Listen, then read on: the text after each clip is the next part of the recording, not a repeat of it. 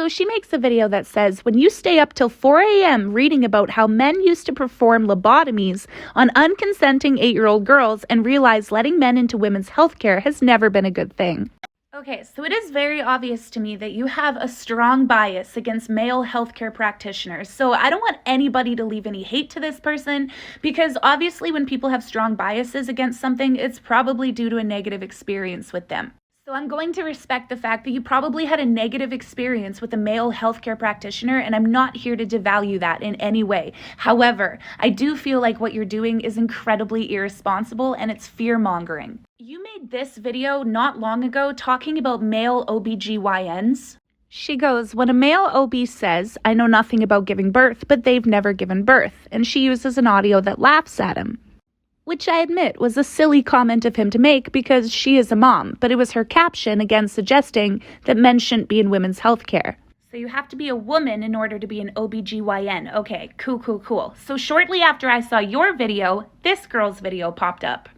This girl says, you think you can hurt me? My OBGYN sewed me up to look prettier after I had a baby because I'm intersex, and she thought it would make me more aesthetically pleasing without asking for my consent.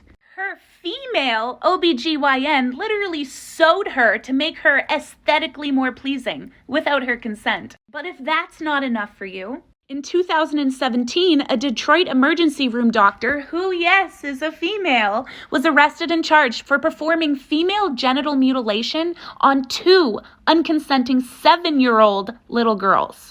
Now, I looked for a good 40 minutes and I could find nothing on male doctors targeting 8-year-old little girls for lobotomies. But what I did find is that women took up 60% of all victims of lobotomies. But in my research, I also found out that the last lobotomy performed in the US was in 1967. And the last one in Canada was 1963. But you know what else I found out?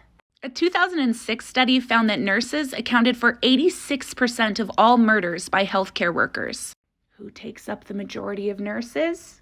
Women! Since the 1970s, more than 90 serial killers have been convicted.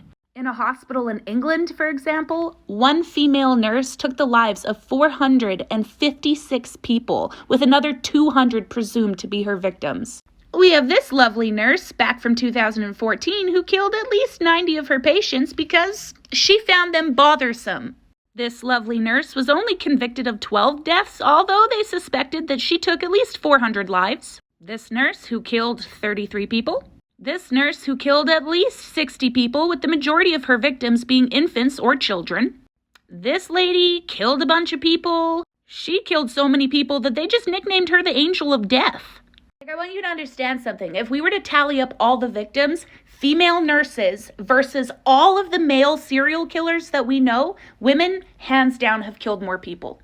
And we're not going to sit here and ignore all the male healthcare practitioners that have done disgusting things such as forced sterilization against Indigenous and Black women, sexual assault. We're not going to be naive to that. So if you're going to criticize the healthcare system, criticize it. There's a lot to criticize, but be honest about what the problems are. The problems are not doctors lobotomizing 8-year-old little girls. The issues are forced sterilization, over-medicating, murderous nurses, racism, sexism within the healthcare system. I mean, come on. Not to mention, the majority of caregivers for old people are women. And I'm not sure if you're aware, but abuse against old people, especially in old folks' homes, is really rampant. This is not an issue of men need to stay away from women's health care, because at the end of the day, they need to learn just as we do. Do you think that I woke up one day and knew everything about my vajayjay? No. Whether you're a man or a woman, we're all at risk. Be careful.